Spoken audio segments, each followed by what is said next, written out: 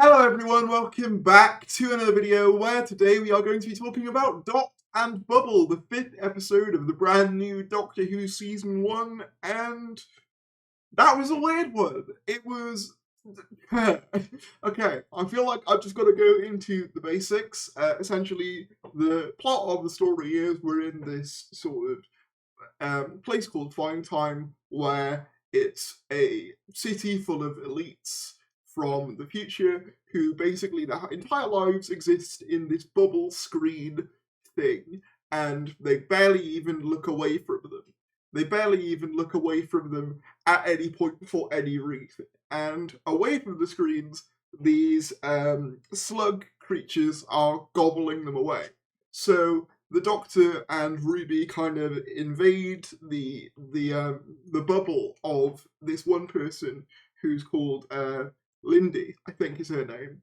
She's sort of the main person we're following, and she at first is very hostile towards the idea of them helping out because obviously she's very much within her own bubble and she literally can't even walk properly without the bubble because she's so used to being guided in literally every aspect of her life by this bubble. So it's obviously a commentary on social media and how we literally can't, see things that are going on right in front of us without the screen. And I actually thought that was quite well done. I know some people will say that the dialogue might be a bit, I suppose, I guess cringy is the word, but I think that's kind of the point.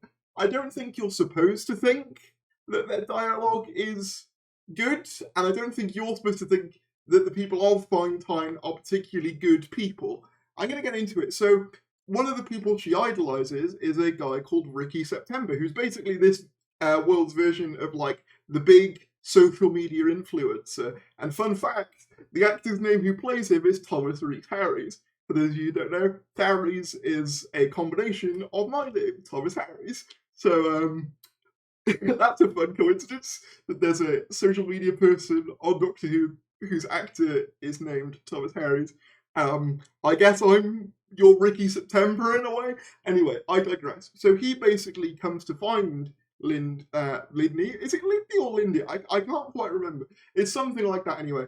Helps her out and away from the little bug creatures.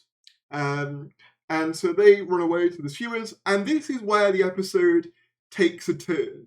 Because up until this point, there's tension, like her friends are getting eaten one by one slowly, but the moment she meets Ricky September, things start to change. So, first of all, Ricky September, who's the social media person, tries to contact the home world of the people on Fine Time, and they're gone.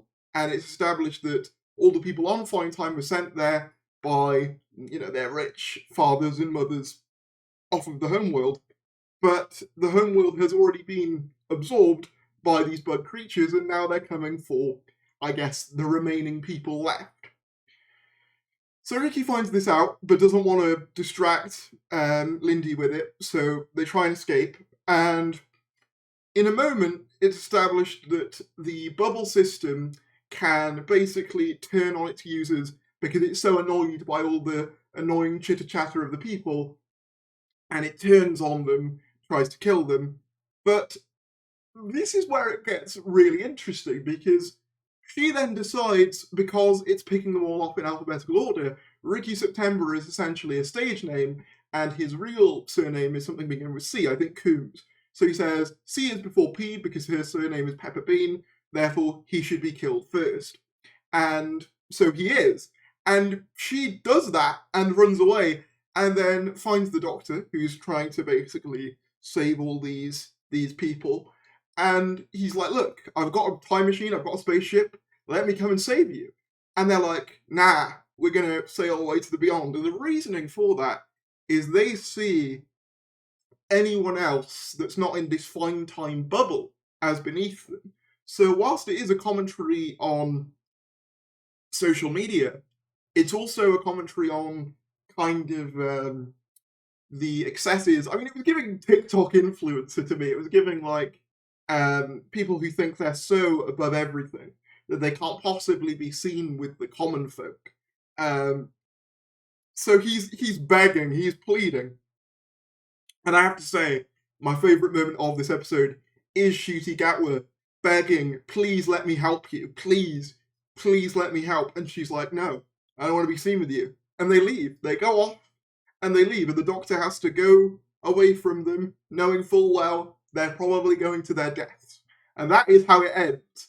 So as you can see, tonally at the start, it's very light. You know, you've got this whole thing of like, this bubble, and it's very kind of upbeat. Obviously, you know, people are getting murdered, but the tone is quite light, and then it just completely turns to 180. It does feel quite Black Mirror, that I will say.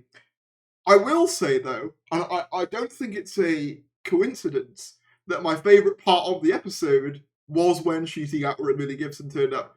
For me personally, 2 episodes back to back, I am feeling Gatwa's absence especially. I know that obviously it can't be helped due to the fact that Sex Education Season 4 exists. Sex Education Season 4 in general has a lot to answer for, quite frankly, because not only is it not very good, but it also meant that we've had 2 episodes now where Gatwa's Doctor is sort of MIA, and even in Boom, whilst he's in it for all of the episode, he's completely stationary. So I'm imagining that it kind of in a similar way to how they filmed Back to the Future, if ever any of you know how Back to the Future was filmed, anytime he's not on screen, he's probably off filming Sex Education. And I'm really starting to feel the limitations of that now, and I'm hoping for these next couple, that's not the case. That's not really a fault with this episode specifically, but it is something where I was feeling it, because I thought that scene at the end is so terrific that I was like, oh, I want more of this. And obviously, I know we will get more of it, don't get me wrong, but I think it's just the succession of having those 2 things back to back. I am starting to feel that. But otherwise, I mean, yeah, as I said, storyline-wise, I thought it was good. It took a big turn towards the end, which I liked, because I think if it had just been a standard, oh, we're going to save them, I think that would have been a bit mediocre. I enjoyed it a lot more with the twist. I think the twist adds a lot more to it. For those of you keeping track, we also get a Susan Twist acknowledgement, and both Ncuti and Millie say, we think we've seen them before, and Millie says she thinks she saw them after Kastarion 3. So that implies that she remembers the events of 73 Yards, which is something I wasn't sure about going after the ending of that. This episode feels quite experimental, but also quite familiar. I mean, it sort of gives me Happiness Patrol vibes, if any of you have seen that classic Who story where the 7th Doctor and Ace land in a world where you're only supposed to be happy. Meanwhile, you're sort of ignoring the terrible things that are going on around you. Sort of similar to that, but a modern sort of makeover of it. That's one thing I do want to give praise to. Visually, I think this episode is phenomenal.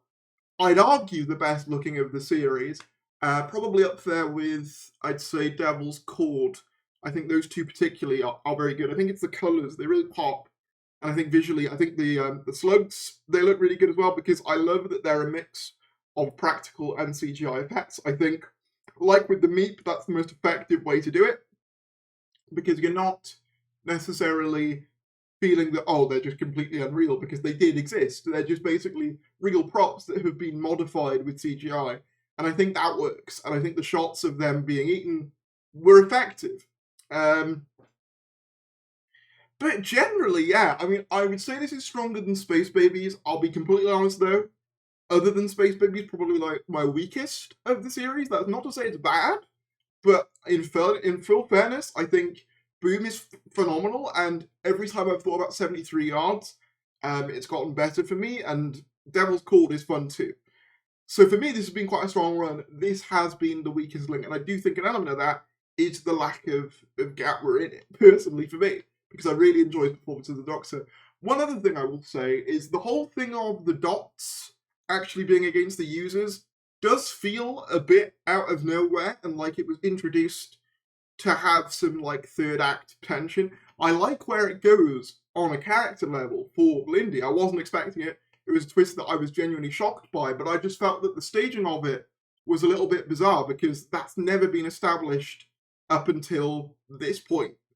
So there was that I thought was a bit of an issue, but otherwise, broadly, I thought this was good, better than Space Babies. I think, though, that the absence of the Doctor and the companion is really, I'm really feeling that now. I didn't really feel pacing issues with this one necessarily. I know that's been a common criticism I've had of some of the other episodes. I think some of them. I think Daryl's Core particularly suffers with that. I didn't feel that this time. I'm trying to think. The direction-wise, I think it was incredible. I'm trying to make sure I get every point in because I know with 73 yards, I was a bit more scattershot, but that's because of the type of episode that was. It was a lot more of a bizarre episode, and I think I will return to that at some point. I do think it was somewhat bizarre to make us follow a person that you're inherently designed to dislike. I quite like that as a twist, but I think on rewatches, you might sort of sit there going, man, what a bitch. Because that's what I was kind of thinking after she did it. I was like, man, what an asshole. Like, it doesn't mean that the scenes aren't effective where the Doctor doesn't try and save her anyway, because the Doctor values all of human life, and I do love the scene where she's like, yeah, he was off just saving people, he's so brave, oh my god. And that fake sort of happiness, I liked that. But I was just sort of sat there thinking, you know what? Let him die. Let him die. Because quite frankly, Ricky September was just a genuine guy who was trying to help, and you messed him up for no reason. Yeah, I'm trying to think. We actually get to see Ncuti Gatwa's reveal costume. Ironically, we only see it for about 5 seconds, which I think is really funny. The fact that there was this big online kind of campaign of like, where is that original costume? And then it just turned out that she wasn't there. That he wasn't there for the majority of it. Yeah, I think that's about all I wanted to say. I'm trying to think. Yeah, I think the social commentary is actually pretty well done for the most part. I was kind of surprised. I was expecting it to be a lot more on the nose than it ultimately ended up being for me. Again, you could say that some of the dialogue with some of the things they say is a little bit too like cringe. But again, I think that's designed to be the point where the systems literally hate listening to it, which I think is quite funny. Yeah, I enjoyed it, but I think I am firm in saying this is on the weaker end of the series. Still a solid episode, by no means a bad one, but I am looking forward to Rogue particularly because that looks like a bit more of what I've been searching for, a bit more of a return to like the status quo Doctor Who, rather than the last few that have been very experimental, like 73 Yards, Devil's Cord, and this. I mean, Boom is quite standard fare Doctor Who, but even that has its own kind of bits of uniqueness in it, which I like. But I am looking forward to Rogue as it seems a bit more like okay, we're going back in time, there's an alien incursion, a time agent type thing. I'm looking forward to that, I think, because I think it comes back to kind of what I've said on social media, Twitter particularly, a couple times before. One of my slight issues with this series so far is I'm sort of struggling to understand what the status quo of the world is. And you could say, oh, well, fantasy and bizarreness is the new status quo. But I feel like as crazy as the Russell T Davies 1 era got, there was a level of grounding to it where you understood where you were.